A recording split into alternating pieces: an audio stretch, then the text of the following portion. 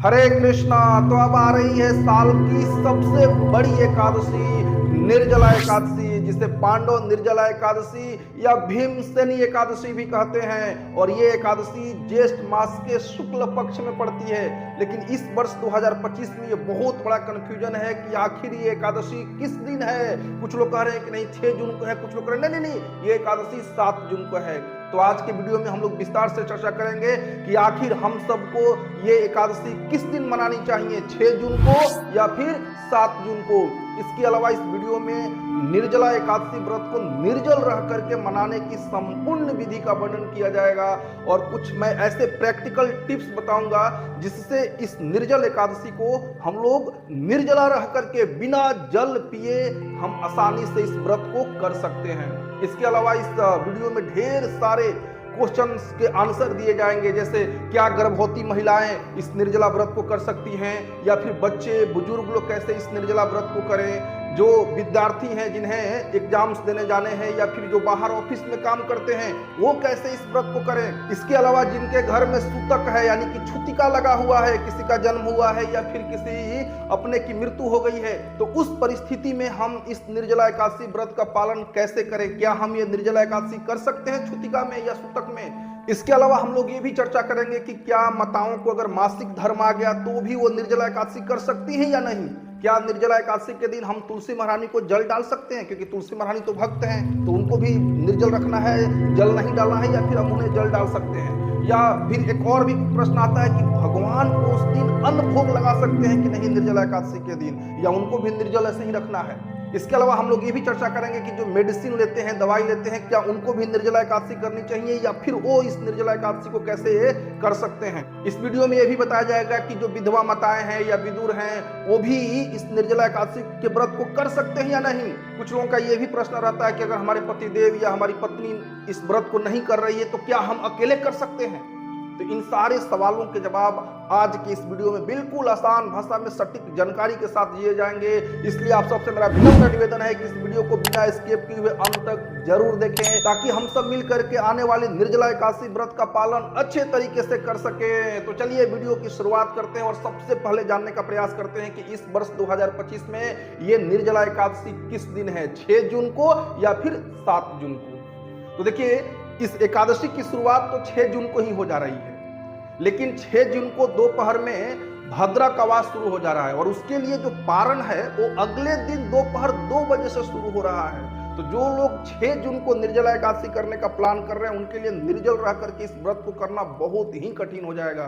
दूसरी ओर 7 जून को बेउंजली महाद्वादशी है और ये अपने आप में बहुत ही ऑस्पिशियस है, बहुत ही पवित्र है। इसलिए हम सबको इस वर्ष 2025 में ये निर्जला व्रत का पालन 7 जून को करना चाहिए और उसके लिए जो पालन का समय है 8 जून को सुबह में ही शुरू हो जा रहा है। लेकिन फिर भी जो कुछ कर्मकांडी लोग हैं जिनको भगवान की भक्ति से कोई लेना देना नहीं, वो बोलेंगे नहीं हम तो 6 जून को ही मनाएंगे, पंडित जी बोले हैं 6 जून को ही मनाने के लिए। कोई बात नहीं, हम भक्तों को जो हरि के भक्त हैं, वैष्णव जन हैं या जो भगवान की भक्ति प्राप्त करने के लिए, भगवान की प्रसन्नता के लिए एकादशी करना चाहते हैं, उनको 7 जून को एकादशी का व्रत करना चाहिए इस साल 2025 में। अब हम लोग ये समझेंगे कि ये निर्जला एकादशी को पांडव निर्जला एकादशी या फिर भीमसेनी एकादशी क्यों कहते हैं। तो ये बात है द्वापर युग की, जब भगवान श्री कृष्ण स्वयं इस धराधाम पे उपस्थित थे और एक दिन श्री वेद व्यास भगवान श्री कृष्ण और के साथ पांडव जन भी बैठे हुए थे और वेद व्यास जी एकादशी के महात्म की चर्चा कर रहे थे और एकादशी के बारे में उन्होंने शास्त्रों से कोट करते हुए, क्योंकि सारे शास्त्रों को रिटन फॉर्म में लिखित रूप में किसने दिया है, श्री वेद व्यास जी ने। तो वो शास्त्रों से, पद्म पुराण से, स्कंद पुराण से एकादशी के महत्व को बता रहे थे और उन्होंने बताया कि जो कोई भी एकादशी के दिन अगर अन्न खाता है तो उसको समस्त प्रकार के पापों का कर्म फल भोगना पड़ता है। भले ही उसने वो पाप नहीं किया है फिर भी उसे उसके फल को भोगने पड़ते हैं। हुआ यूं कि भगवान विष्णु जब इस सृष्टि कर लिए तो इस सृष्टि में पापियों को दंड देने के लिए उन्होंने पाप पुरुष को प्रकट किया। ये पाप पुरुष साक्षात सारे पापों का पर्सोनिफाइड फॉर्म है और उसका काम था कि संसार में जो भी पाप कर्मों में लिप्त है उनको दंडित करना है। तो पाप पुरुष अपना काम बड़े अच्छे तरीके से कर रहा था, नरक लोक एकदम खचाखच भर गया था। तो एक बार जमराज जी चूंकि भगवान के महान भक्त हैं, महाजन है, 12 महाजनों में से एक महाजन है, वो भगवान विष्णु को आमंत्रित किए थे अपने यमपुरी में। तो भगवान विष्णु पहुंचे हैं यमपुरी में और यमराज जी उनके स्वागत सत्कार में पूरी तरह से लगे हुए हैं। लेकिन भगवान विष्णु को वहां चीख पुकार की आवाजें सुनाई दे रही थी। कोई चीख रहा है, चिल्ला रहा है, मत मारो, छोड़ दो, तड़प रहा है। तो भगवान विष्णु ने कहा, यमराज बोले, यस प्रभु, ये चीख पुकार की आवाजें कहां से आ रही है? यमराज जी बोले कि प्रभु, आपने जो पाप पुरुष की सृष्टि की है ना, वो अपना काम बड़े अच्छे तरीके से कर रहा है। जो भी व्यक्ति इस सृष्टि में पाप करता है उनको ला करके यमलोक में दंडित कर रहा है वो। इसलिए ही ये चीखने पुकारने की आवाज आ रही है। सब लोग तड़प रहे हैं, दंडित कर रहा है, सबको दंड दे रहा है वो। ये सुनकर के भगवान विष्णु के हृदय में दया प्रकट हुई और जैसे ही भगवान विष्णु के हृदय में दया प्रकट हुई, एक स्त्री के फॉर्म में प्रकट हो गई और उन्होंने कहा कि जो भी भगवान के नाम का जप करेगा, हरे कृष्ण कृष्ण कृष्ण हरे हरे, हरे राम राम राम हरे हरे, वो समस्त प्रकार के पापों के फल से तत्क्षण मुक्त हो जाएगा। तो जैसे ही सबने भगवान के नाम का जप किया, सारा यमलोक पूरी तरह से खाली। भगवान ने कहा कि आप कौन? बोली, मैं आपकी एक दासी हूं प्रभु, एकादशी हूं। क्योंकि एकादशी का प्रकट किस दिन हुआ था? 11वें दिन। तो हमारे वैदिक धर्म के अनुसार, सनातन धर्म के अनुसार, एक महीने में 2 पक्ष होते हैं, शुक्ल पक्ष और कृष्ण पक्ष, और दोनों पक्षों के 11वें दिन को एकादशी कहा जाता है। और इस दिन हम सबको एकादशी व्रत का पालन करना चाहिए। तो उस एकादशी की देवी ने घोषित किया कि जो कोई भी एकादशी के दिन प्रभु आपकी पूजा अर्चना करेगा, आपके नाम का जप करेगा, वो समस्त प्रकार के पाप कर्मों के फल से तुरंत ही मुक्त हो जाएगा और आपके वैकुंठ धाम जाने का अधिकारी बन जाएगा। तो इस तरह से संसार में सब जगह एकादशी का प्रभाव फैलने लगा। एकादशी के दिन तो सब लोग अपने भगवान के नाम का जप कर रहे हैं, पूजा अर्चना कर रहे हैं। पाप पुरुष को पैर रखने का जगह नहीं मिल रहा था एकादशी के दिन, क्योंकि उस सब जगह एकादशी का प्रभाव फैल चुका था। अब ये पाप पुरुष भागा भागा फिर पहुंचे भगवान विष्णु के पास और उन्होंने कहा कि प्रभु, आपने हमारी सृष्टि क्यों की? भगवान ने कहा, क्या हुआ? बोले, अरे एकादशी सब जगह अपना प्रभाव फैला चुकी है। एकादशी के दिन तो मेरा जीना मुश्किल हो गया है प्रभु। मैं पापियों को चाह करके भी दंड नहीं दे पा रहा हूं, क्योंकि सब लोग पाप से मुक्त हो जा रहे हैं आपके नाम का जप करके। मैं कहां जाऊं, कैसे रहूं, क्या करूं? भगवान ने कहा, ओके नो प्रॉब्लम, आपको एकादशी के दिन रहने का कहीं जगह नहीं मिल रहा? नहीं प्रभु, कहीं नहीं मिल रहा है। कोई बात नहीं, आप एकादशी के दिन अन्न में वास करोगे। तब से जो अन्न में एकादशी के दिन पाप पुरुष का वास होता है, इसलिए हम सबको किसी भी कीमत पे एकादशी के दिन अन्न ग्रहण नहीं करना चाहिए। उसके अलावा बहुत सारी चीजें हैं जो हम खा सकते हैं, जैसे फल हैं, दूध दही, ये सब ले सकते हैं। आलू का हलवा बना सकते हैं, लौकी का हलवा घी में बना के खा सकते हैं। बहुत सारी, सिंघाड़े कांटे का हलवा, बहुत सारे ऑप्शंस हैं अन्न नहीं खा करके बाकी चीजें खाने के लिए, भगवान को भोग लगा करके। तो ये सब चीजें वेद व्यासी बता रहे थे। और पांडवों में सब लोग एकादशी व्रत का पालन करते थे। द्रौपदी, कुंती महारानी, या फिर युधिष्ठिर, अर्जुन, नकुल, सहदेव, भीमसेन को छोड़ करके, क्योंकि भीमसेन को बिना खाए मतलब वो रह ही नहीं सकते थे। उनके पेट में 24 आवर्स जठर अग्नि जलती नहीं, धधकती रहती है। मतलब उनको कुछ ना कुछ खाना चाहिए, खाने को चाहिए। रात में भी उठ के वो खाना शुरू कर देते थे। भीमसेन वेद व्यासी के चरणों में गिर गए, हे मेरे प्रिय दादा, मैं तो नरक का भागी बन जाऊंगा। बिल्कुल बिल्कुल, आप एकादशी व्रत का पालन नहीं करते हो तो निश्चित रूप से नरक जाना पड़ेगा, समस्त प्रकार के पापों का फल भोगना पड़ेगा। भीमसेन कहे कि अरे अरे, मुझे बचा लीजिए प्रभु, नरक जाने से बचाइए, मैं तो क्या करूं, मैं बिना खाए रह ही नहीं सकता हूं। तो भगवान कृष्ण ने भी वेद व्यास से कहा कि देखिए भाई, कुछ उपाय निकालिए इनके लिए। तो वेद व्यास ने सारे शास्त्रों का छान मार करके गंभीर मुद्रा में होकर के बोले, कोई बात नहीं, आप ज्येष्ठ मास के शुक्ल पक्ष में आने वाली एकादशी को निर्जल रह के, संपूर्ण रूप से निर्जल रह के, एक बूंद भी जल नहीं लेना अंदर, आप उसका पालन कर लीजिए। साल में कम से कम एक एकादशी, आपको 24 एकादशी का फल मिल जाएगा, नरक जाने से बच जाएंगे। ये सुनकर के भीमसेन बड़े प्रसन्न हो, कम से कम चलो साल में खाली एक ही दिन न भूख को बर्दाश्त करना है, मैं कर लूंगा, किसी तरह से निर्जल रह के कर लूंगा। तो ये निर्जला एकादशी की महिमा इतनी विख्यात है ये एकादशी की, इस एकादशी के दिन अगर हम निर्जल रह के इस व्रत का पालन करते हैं तो हमें 24 एकादशी व्रत करने का फल प्राप्त हो जाता है। अब कहेंगे, बहुत बढ़िया प्रभु जी, आपने बहुत अच्छा बता दिया, तो फिर तो बाकी एकादशी करने की जरूरत ही नहीं, साल में हम केवल एक एकादशी करेंगे, निर्जला एकादशी नहीं जी। ये भीमसेन के लिए ऑप्शन था। हमारे लिए साल में पड़ने वाली 24 एकादशियों का व्रत करना है और निर्जल एकादशी के दिन यथासंभव प्रयास करना। मैं फिर से बोल रहा हूं, यथासंभव प्रयास करना है उसको निर्जल रह के करने का। हमारे लिए एक्सक्यूज नहीं है ना। एकादशी के दिन अन्न बिल्कुल नहीं खाना चाहिए। 24 एकादशी में से किसी भी एकादशी के दिन हमारे यूपी बिहार में कई सारे लोग अंजोरिया का एकादशी करेंगे, यानी कि शुक्ल पक्ष का एकादशी करेंगे, लेकिन कृष्ण पक्ष की एकादशी नहीं करेंगे। अरे कृष्ण पक्ष की एकादशी से क्या दुश्मनी है? कृष्ण पक्ष में ही परम भगवान श्री कृष्ण प्रकट हुए थे, भाद्र मास के शुक्ल कृष्ण पक्ष की अष्टमी के दिन। तो हमें दोनों एकादशी करनी चाहिए, कृष्ण पक्ष और शुक्ल पक्ष। अगर किसी भी एकादशी के दिन हम अन्न खाते हैं तो उसका पाप भोगना पड़ेगा। तो अभी तक हमने समझ लिया कि इस वर्ष 2025 में यह निर्जला एकादशी हमें 7 जून को शनिवार के दिन करना है। और निर्जला एकादशी को पांडव निर्जला एकादशी या फिर भीमसेन एकादशी क्यों कहते हैं? क्योंकि ये पांडवों से, खासतौर से भीमसेन से रिलेटेड है। अब इस वीडियो में हम लोग कुछ ऐसे प्रैक्टिकल टिप्स की चर्चा करेंगे जिसको फॉलो करके हम निर्जला एकादशी को निर्जल रह के कर सकते हैं। देखिए, बीमार लोगों के लिए या फिर गर्भवती माताओं के लिए, बच्चों के लिए, बुजुर्गों के लिए मैं वीडियो में बाद में बताऊंगा, आप इसे सुनते रहिए। लेकिन अभी मैं ये सोच के चल रहा हूं कि हमें निर्जला एकादशी करनी है, तो कुछ उसके लिए प्रैक्टिकल टिप्स हैं जिसको फॉलो करके हम आसानी से निर्जला एकादशी को निर्जल रख के इस व्रत का पालन कर सकते हैं। तो सबसे पहली टिप क्या है? सबसे पहला काम हमें क्या करना है? सबसे पहला काम हमें यह करना है कि अपने आप को मेंटली प्रिपेयर करना है, मानसिक रूप से तैयार करना है कि हमें निर्जला एकादशी के दिन निर्जल रह करके व्रत करना है, करना है, करना है।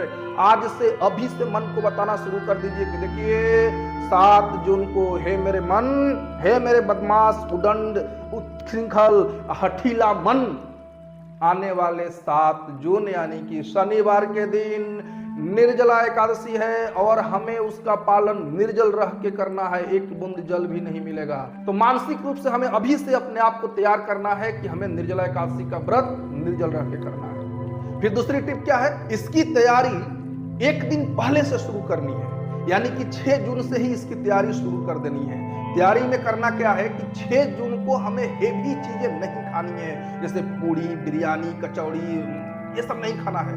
6 जून को लंच में यानी कि दोपहर में खिचड़ी खाएं, सबसे बढ़िया पतला खिचड़ी, वो खा करके रह जाए। रात को डिनर बिल्कुल नहीं करना है। अगर आपने रात को डिनर कर लिया, अन्न खा लिया, तो फिर वो पानी की डिमांड करेगा अगले दिन। निर्जला नहीं रह पाएंगे, हम सब चाह करके भी नहीं रह पाएंगे, बहुत परेशानी होगी।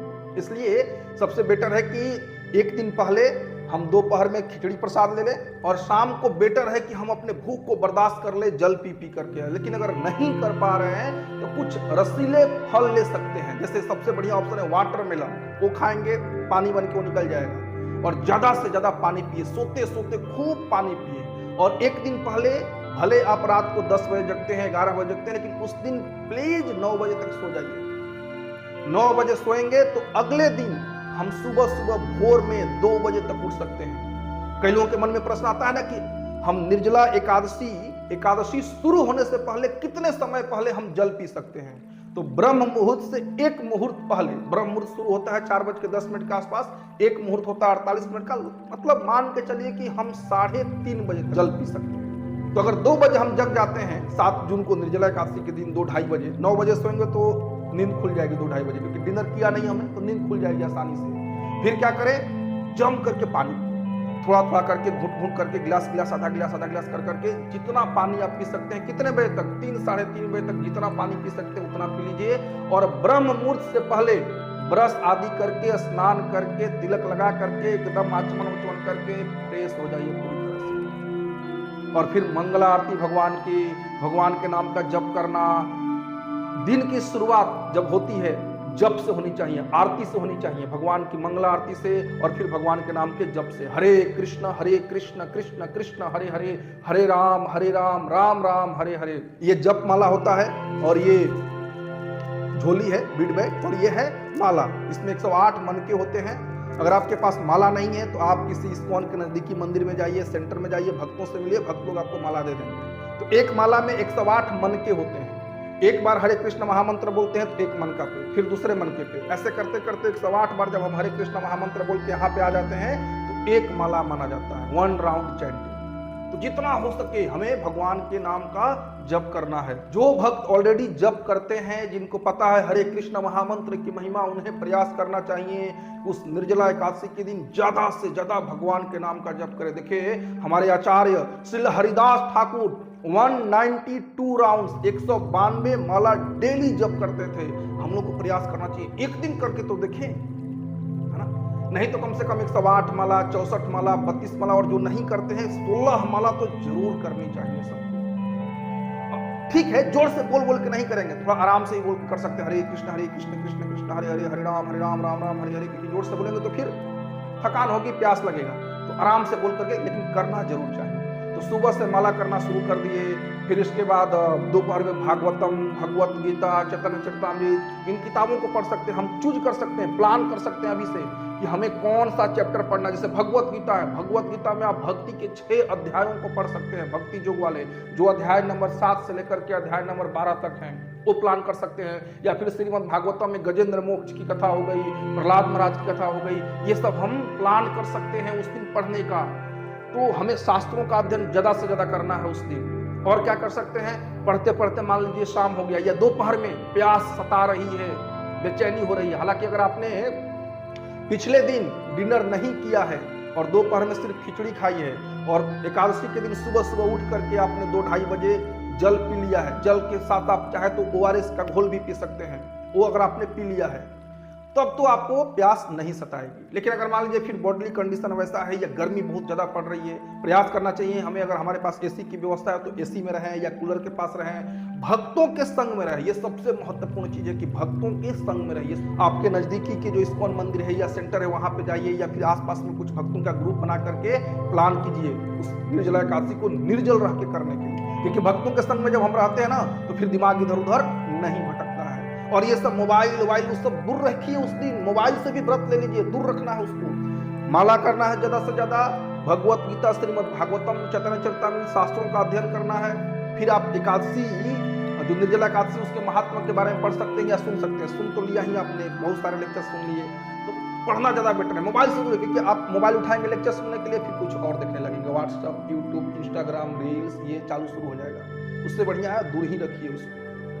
ऐसे करते करते फिर भी मान लीजिए दोपहर में पेट में ऐंठन हो रहा है, भूख लग रही है, अब क्या करें। एक और उपाय है, आपको एक और टिप्स बताता हूँ। सूती कपड़ा, कॉटन के कपड़ा को भिगो लीजिए पानी में, ठंडा पानी में भिगो के उसके पेट पे साट लीजिए, पेट पे रख दीजिए, तो भूख उससे शांत हो जाता है। या फिर मान लीजिए और बेचैनी लग रही है तो अपना स्नान कर लीजिए। स्नान करते समय है ना 2 घूंट पानी, कोई देख तो रहा नहीं है, पी लीजिए, भगवान देख रहे हैं, आप परमात्मा रूप में हमारे हृदय में बैठे हैं। वो छल नहीं, छल कपट भगवान से नहीं, वो सबसे बड़े छलियां हैं, उनसे कौन छल कर सकता है। छल कपट नहीं, प्रयास कीजिए।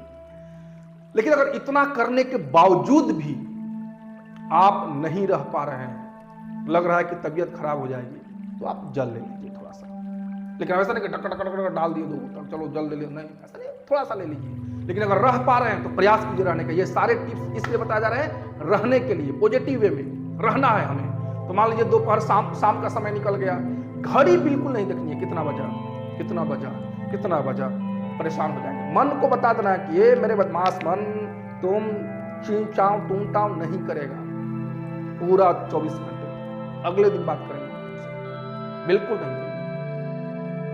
अब रात का समय आया तो कई लोग बताते हैं कि एकादशी के दिन रात्रि जागरण करना चाहिए। बिल्कुल सही, हमें प्रयास करना चाहिए रात को जगे, ज्यादा से ज्यादा। क्या करना, जगे वहीं जब लूट लीजिए, जितना संपत्ति लूटना है भगवान के नाम रूपी है, जो संपत्ति है, जो हीरे मोती है भगवान के नाम रूपी, जितना लूटना है लूट लीजिए। क्योंकि एकादशी के दिन भगवान के नाम का जप करने से उसका कई गुना फल मिलता है।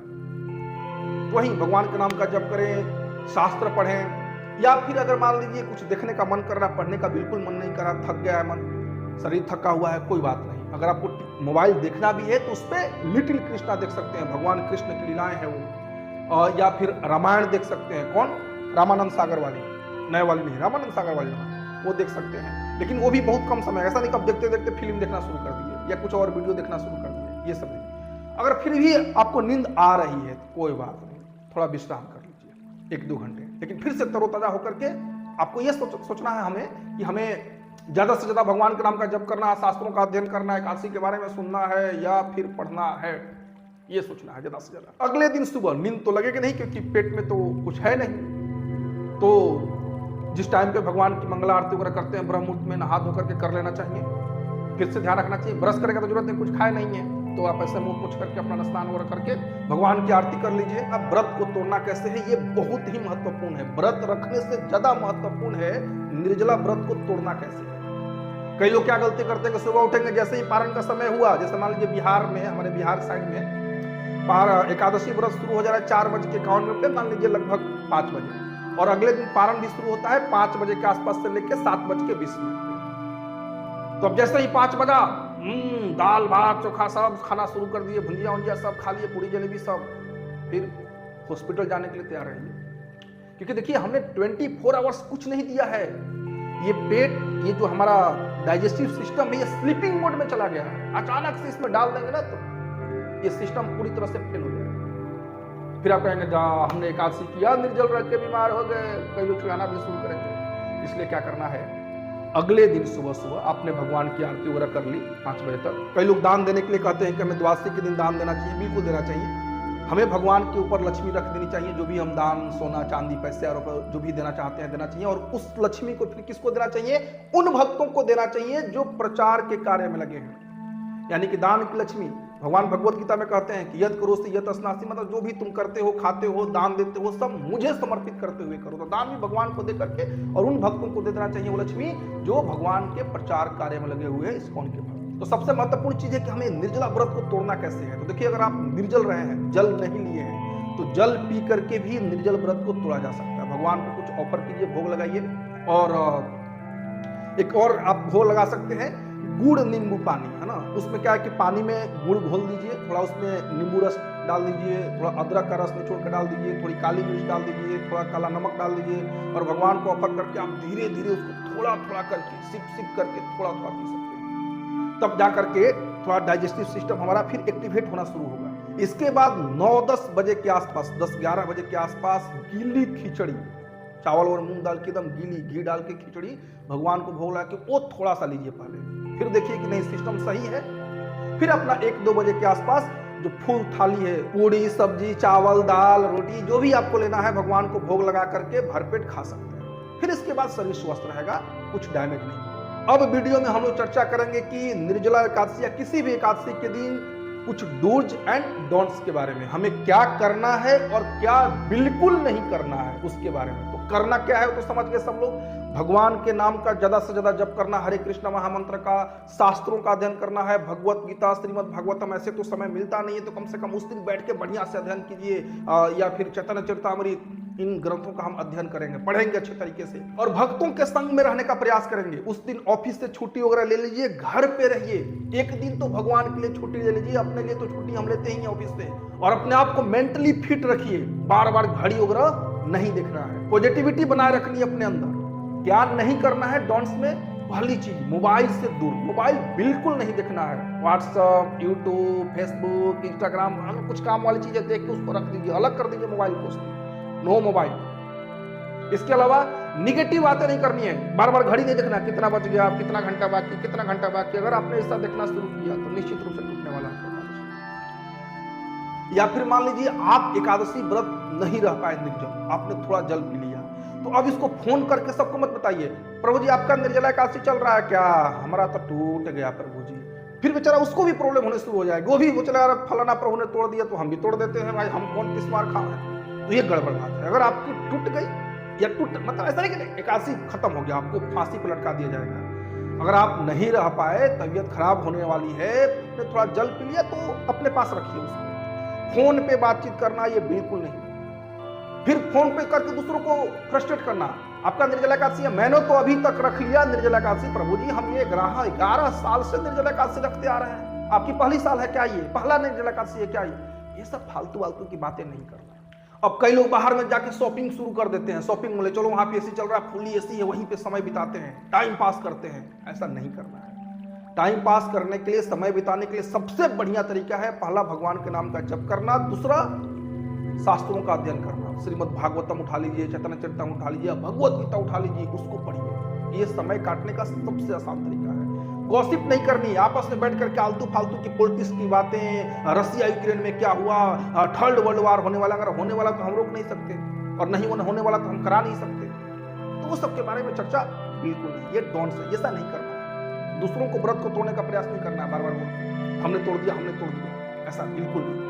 तो ये कुछ डूज एंड डोंट्स हैं। अब हम लोग कुछ ऐसे महत्वपूर्ण प्रश्नों के ऊपर चर्चा करेंगे जो सबके साथ होती है, सबके मन में ऐसे प्रश्न आते हैं। सबसे पहले हम लोग चर्चा करेंगे कि आखिर ये निर्जला एकादशी व्रत कौन कर सकता है? क्या सिर्फ पंडित जी लोग ही कर सकते हैं क्या? तो देखिए, एकादशी व्रत का पालन हर कोई कर सकता है, चाहे वो शूद्र कुल में जन्म लिया है या ब्राह्मण कुल में या क्षत्रिय या वैश्य कुल में, इससे कोई फर्क नहीं पड़ता है। बच्चा हो, बूढ़ा हो, जवान हो, स्त्री हो, पुरुष हो, हर कोई जो अपने को मनुष्य समझता है वो सारी एकादशियों के या इस पांडव निर्जला एकादशी व्रत का पालन कर सकता है। इसके अलावा मन में प्रश्न आता है कि क्या बच्चे और बूढ़े इनको भी निर्जला रह के एकादशी करनी है? तो देखिए, हमारे शास्त्रों के अनुसार 8 वर्ष से कम आयु के बच्चे और 80 वर्ष से ज्यादा के बुजुर्ग, उनको छूट दी गई है। लेकिन फिर भी यथासंभव प्रयास करना है। अगर मान लीजिए हमारे घर में बच्चे हैं ना, तो उनको भी ट्रेनिंग अभी से देनी है।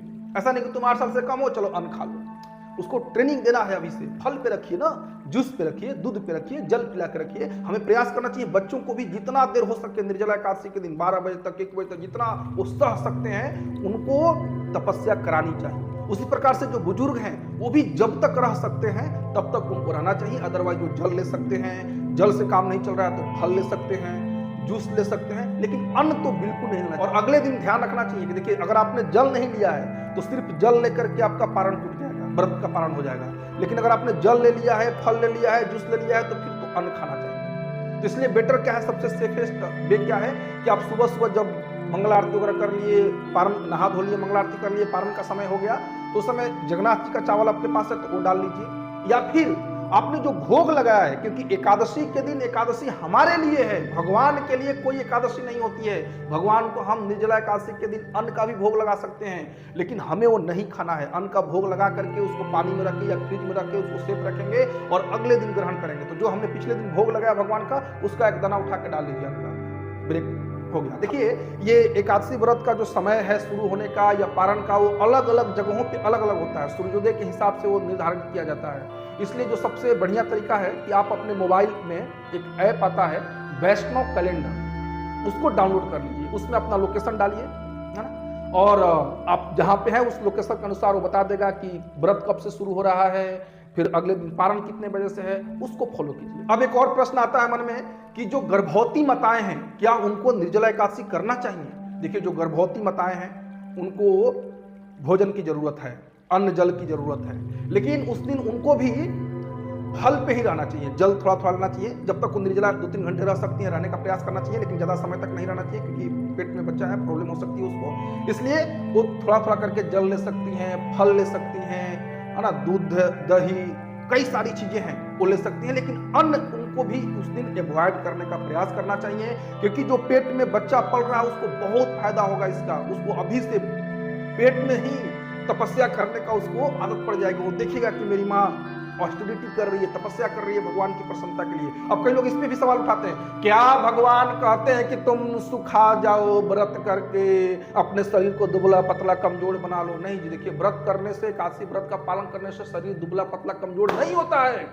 फल में क्या पोषक तत्व नहीं होते, फ्रूट्स में, दूध में पोषक तत्व नहीं होता है, दही में पोषक तत्व नहीं होता है। और एक दिन जो हम डेली इसमें डालते रहते हैं, सुबह शाम दोपहर, सुबह शाम दोपहर, इसको थोड़ा रेस्ट भी चाहिए। ये साइंटिफिक रिसर्च से प्रूफ हो चुका है कि 2 वीक्स में, 2 सप्ताह में अगर हम एक दिन 36 घंटे का फास्ट करते हैं ना, तो हमारी जो डाइजेस्टिव सिस्टम है वो काफी मजबूत हो जाती है और टेलीमर लॉस कम होता है, जिससे हमारी उम्र बढ़ जाती है। या साइंटिफिक तरीके से भी एकादशी जो व्रत है, देखिए, 2 सप्ताह में पड़ता है 15 दिन पे, और उसमें 36 घंटे का फास्ट हो जाता है, क्योंकि रात को 10वें के दिन सोए वो 12 घंटे, अगले दिन पूरे 24 घंटे रहना है एकादशी, तो 36 घंटे हो गया ना। तो बहुत ही साइंटिफिक फास्ट है ये एकादशी व्रत, तो करना चाहिए सबको। तो इससे कभी कमजोरी नहीं होती। ऐसा नहीं सोचें कि कमजोर हो जाएंगे हम, ये हो जाएगा, हो जाएगा। अरे ठीक है, अगर निर्जल नहीं रह सकते हैं तो जल लेकर के रहिए, सजल रहिए, फल लेकर के रह लीजिए, कोई दिक्कत नहीं। तो गर्भवती माताओं को भी प्रयास करना चाहिए कि उस दिन अन्न ग्रहण न करें। इससे बच्चे पे बहुत पॉजिटिव इफेक्ट पड़ेगा, और ज्यादा से ज्यादा आप उस दिन बैठ करके जप कीजिए भगवान के नाम का। ऐसा देखा जाता है कि जो गर्भवती माताएं हो दिन भर बेड पर पड़ी पड़ी टीवी देखते रहती है, टीवी, अपने भी टीवी कराएंगे, बच्चों को भी टीवी कराएंगे। ये लत बचपन से पेट में ही बच्चे को लग जाता है, दिन भर मोबाइल देखते रहते हैं। और वही बच्चा जब बाहर निकलता है, मोबाइल, अब दीजिए उसको फिर मोबाइल देखिए, क्योंकि अपने पेट में था तो मोबाइल ही देखिए। सारी गर्भवती माताओं से मेरा हाथ जोड़कर विनम्र निवेदन है कि देखिए, आपके गर्भ में समझने का प्रयास कीजिए कि एक जीव पल रहा है, एक आत्मा पल रही है, जिसका भविष्य आपके क्रियाकलापों पे डिपेंड करेगा। आप जैसा करेंगे उस पर वैसा ही असर पड़ेगा। तो गर्भवती माताओं को ऐसे भी भगवान के नाम का जप करना चाहिए। भागवतम, भगवत गीता, रामायण, चरितमृत, इन शास्त्रों का अध्ययन करना चाहिए। दिन भर बैठ कर टीवी, मोबाइल ये सब नहीं देखना चाहिए। और जब तक काम कर सकती है काम भी करना चाहिए। फिट रहेगा शरीर, बच्चा इष्ट पुष्ट तंदुरुस्त होगा। अब प्रश्न उठता है कि जिनका मेडिकल कंडीशन खराब है, जो मेडिसिन लेते हैं, बीपी की दवाई, थायराइड की दवाई या फिर ऐसे भी दवाइयां खानी पड़ती है, तो फिर वो निर्जल कैसे रहेंगे? कोई बात नहीं, आप फल खा करके दवाई खा लीजिए। फिर वही बात, अन्न नहीं खानी है। आप थोड़ा जल ले लीजिए, फल ले लीजिए, दवाई नहीं छोड़नी है। ऐसा नहीं कि बीपी की दवाई छोड़े, अगले दिन गए स्नान करने के लिए, सुबह बाथरूम से ही हरि बोल हो गया। क्या करे, कैसा हुआ? एक निर्जला एकादशी किए थे, बताइए, हरि बोल हो गया, राम नाम सत्य हो गया। ऐसा नहीं करना है। आपको बीपी की गोली डॉक्टर बोला है डेली खाने के लिए, आप खाइए उसको। ऐसा नहीं कि हम निर्जला एकादशी के दिन निर्जल नहीं रहेंगे तो भगवान फांसी पर लटका देंगे। भगवान देख रहे हैं ना कि हमारा कंडीशन वैसा नहीं है। सुदामा जी उनको 2 मुट्ठी चिवड़ा ले गए थे, सूखा हुआ चावल, फिर भी भगवान उसको बड़े चाव से खाए। 56 लोग उतने चाव से नहीं खाते थे द्वारिका में जितना चाव से उन्होंने सुदामा जी का सूखा चावल खाया। भगवान जानते हैं कि सुदामा जी की हालत कैसी है। उसी तरह से गर्भवती माताएं हो गई, बच्चे हो गए, बुजुर्ग हो गए, या जिनको मेडिसिन लेनी है, भगवान जान रहे हैं कि इनको प्रॉब्लम है, शारीरिक प्रॉब्लम है, इसलिए आप उस दिन फल पे रहिए, अन्न मत खाइए। इसके अलावा एक प्रश्न बहुत बार पूछा जाता है कि अगर हमारे घर में सूतक है, यानी कि हमारे बीआरपी में छुतिका कहते हैं उसको, छुतिका है, यानी कि किसी का जन्म हुआ है बच्चे का, या फिर हमारे घर में किसी परिवार वालों की मृत्यु हो गई है, तो उस परिस्थिति में क्या हम एकादशी व्रत का पालन कर सकते हैं? बिल्कुल कर सकते हैं। सूतक काल में या छुतिका के समय हम भगवान की पूजा अर्चना नहीं कर सकते, उनके विग्रहों को छू नहीं सकते, लेकिन 2 चीज कर सकते हैं, भगवान के नाम का जप और एकादशी व्रत अगर पढ़ रहा है, जैसे निर्जला एकादशी मान लीजिए पढ़े, तो निर्जला एकादशी व्रत भी कर सकते हैं। इससे आपके पूर्वजों को फायदा ही होगा, नुकसान कुछ हो ही नहीं सकता। भगवान की भक्ति करने से कभी भी कोई हानि नहीं हो सकती है। भगवान भगवत गीता के 2 अध्याय के 40वें श्लोक में कहते हैं, नेहा भी कर्मणासो वस्ति प्रत्यवायो न विद्यते स्वल्पमपस्य धर्मस्य त्रायतो महतो भयात्। अगर हम थोड़ी भी भगवान की भक्ति करते हैं तो महान भय से रक्षा हो जाती है। तो सूतक काल में भी या छुतिका के समय भी हम निर्जला एकादशी व्रत कर सकते हैं। उसी तरह से मान लीजिए कई माताओं को प्रॉब्लम अगर मासिक धर्म का हो गया, तो क्या वो निर्जला व्रत कर सकती हैं? बिल्कुल कर सकती हैं। भगवान को नहीं छुएंगी, या जो फॉलो करती हैं वो भगवान को नहीं छूना है, आरती नहीं करना है, वो सब नहीं करेंगी वो, लेकिन भगवान के नाम का जप और निर्जला व्रत का पालन वो कर सकती हैं। शास्त्रों को पढ़ना, अगर भगवत गीता उनकी प्राइवेट कॉपी है, अपनी कॉपी है, तो उसको पढ़ सकती हैं। अगर वही भगवत गीता वो भगवान के पास रखा जाता है या लाइब्रेरी में रखा जाता है, तो फिर उसको नहीं छूना चाहिए। लेकिन अगर वो अपने पास रखती है, अपने टेबल पर रखती है, तो उसको पढ़ सकती है। या कम से कम कुछ नहीं तो मोबाइल पे बैठ के आप लेक्चर तो सुन सकती है ना, बस दूसरा चीज नहीं देखना। कई लोग ये भी पूछते हैं कि जो विधवा है माताएं या जो विदुर है जिनकी पत्नी गुजर चुकी है, क्या वो भी एकादशी व्रत करेंगे? बिल्कुल, कोई भी कर सकता है एकादशी व्रत। विधवा माताएं हैं या विदुर हैं, वो सब एकादशी व्रत कर सकते हैं। कई लोग ये भी पूछते हैं कि हमारे पति देव नहीं करते हैं, प्रभु जी वो भक्ति नहीं करते, एकादशी व्रत भी नहीं करते। कई लोग का प्रॉब्लम होता है पत्नी नहीं कर रही है, पति कर रहा है भक्ति, पत्नी नहीं कर रही है। कई लोग पत्नी कर रही है, पति नहीं कर रहे हैं। तो दोनों को मिलके ही करना है एकादशी, अकेले अकेले कर सकते हैं? अकेले अकेले कर सकते हैं। देखिए, हमारे जो भी रिश्ते नाते हैं, पति, माता, पिता, पुत्र, परिवार, मित्र, जो भी लोग हैं, वो हमारे इस शरीर के साथी हैं, वो भी इस जन्म तक। पिछले जन्म में वो कौन थे, हम कहाँ थे, वो अगले जन्म में कहाँ जाएंगे, कहाँ रहेंगे, कोई आता पता नहीं है। इसलिए हमारे असली स्वामी, हमारे असली माता पिता परमानेंट कौन है? राधा कृष्ण भगवान। तो ये एकादशी व्रत वास्तव में भगवान को समर्पित है। माधव तिथि भक्ति जननी, भक्ति को प्रदान करने वाली है। माधव तिथि है, भगवान की तिथि है ये। तो हमें एकादशी व्रत करना चाहिए। भले हमारे घर में कोई कर रहा है, नहीं कर रहा है, कोई फर्क नहीं पड़ता। अगर हमको पता है उसके बारे में, हमें करना चाहिए, कोई दिक्कत नहीं। एक प्रश्न लोग और पूछते हैं कि एकादशी के दिन तुलसी महारानी में जल डाल सकते हैं कि नहीं? बिल्कुल डाल सकते हैं। अगर, क्योंकि गर्मी का मौसम है, ठीक है, तुलसी महारानी भक्त हैं, लेकिन वो फिर अगर आप नहीं डालेंगे, अगर मुरझा जाएंगे तो अपराध लगेगा ना। उससे बढ़िया उस पर डाल दीजिए। अगर लग रहा है आपको कि 2 बार डालना चाहिए जल, तो 2 बार डालिए सुबह शाम। लेकिन तुलसी महारानी को सुखाना नहीं है, जल डाल सकते हैं आप उस दिन, कोई दिक्कत नहीं है। भगवान को भी आप अन्न भोग लगा सकते हैं, मैं पहले बता चुका हूँ, भगवान के लिए व्रत नहीं है। अब समस्या आती है कि कुछ लोगों को बाहर जाना पड़ता है ऑफिस के काम से, या जो विद्यार्थी हैं उनको एग्जाम देने जाना पड़ सकता है। फिर इन परिस्थितियों में वो कैसे निर्जला व्रत कर सकते हैं? तो देखिए, मैं पहले ही बताया कि अगर हमें छुट्टी मिल सकती है तो हमें ले लेना चाहिए, कोई भी जुगाड़ लगाकर छुट्टी ले लेनी चाहिए, और एक दिन भगवान के लिए छुट्टी लेकर के घर पे रह करके निर्जला व्रत करनी चाहिए। लेकिन अगर नहीं मिल रही, इमरजेंसी ड्यूटी है या कुछ गड़बड़ है, ऑफिस में जाना ही पड़ रहा है, तो कोई बात नहीं, आप जाइए, प्रयास कीजिए निर्जल रहने का। कम बोलेंगे ऑफिस में, आलतू फालतू पॉलिटिक्स, मोदी जी गांधी जी क्या कर रहे हैं नहीं कर रहे हैं, उस सबके बारे में चर्चा छोड़ देंगे, आलतू फालतू की चर्चा में इन्वॉल्व नहीं होंगे, अपने काम से मतलब रखेंगे और कम से कम बोलेंगे, तो हो सकता है कि आपकी निर्जला एकादशी व्रत पूर्ण हो जाए। और नहीं हो पा रही है, बहुत प्रॉब्लम हो रहा है, काम का प्रेशर है, करना पड़ रहा है, बीमार पड़ जाएंगे, तो फिर जल पी लीजिए। फिर से वही बात कि भगवान हमारी परिस्थितियों को देख रहे हैं। लेकिन अगर हम कर सकते हैं एकादशी व्रत निर्जल रह के, तो हमें पूरा प्रयास करना चाहिए। नहीं कर सकते हैं, प्रॉब्लम है, तो जल पी ले थोड़ा सा, उससे भी काम नहीं चल रहा है, थोड़ा फ्रूट्स खा लें, फल खा लें, लेकिन अन्न को अवॉइड करें। तो इस तरह से मैंने पूरा प्रयास किया कि इस वीडियो में निर्जला एकादशी को लेकर के जितनी भी सारी जानकारी है, जितने भी सारे डाउट्स हैं, प्रश्न हैं, उन सबको क्लियर किया जाए, उन सबके बारे में चर्चा किया जाए। इसके लिए मैंने पूरा अपनी तरफ से प्रयास किया है। फिर भी अगर कुछ आपके मन में कोई प्रश्न रह गया तो आप उसे कमेंट में पूछ सकते हैं। इस वीडियो को लाइक करके दूसरों को भी शेयर कीजिए, ताकि उनको भी निर्जला एकादशी व्रत को निर्जल रह के कैसे करना है, इसके कुछ प्रैक्टिकल टिप्स मिल सके, उनको सही तिथि का पता चल सके। और अभी तक अगर आपने चैनल को सब्सक्राइब नहीं किया तो कर दीजिए, बेल आइकन हिट करके ऑल ऑप्शन सेलेक्ट कर लीजिए, क्योंकि इस चैनल के माध्यम से सनातन धर्म के संदेश को, भगवत गीता भागवतम के संदेश को बिल्कुल आसान भाषा में पूरी प्रामाणिकता के साथ बताया जाता है। तो आज की वीडियो में इतना ही, जल्द मिलते हैं हम सब नेक्स्ट वीडियो में। तब तक के लिए आप सभी को हरे कृष्णा। निर्जला एकादशी व्रत की ढेर सारी शुभकामनाएं। हरि बोल।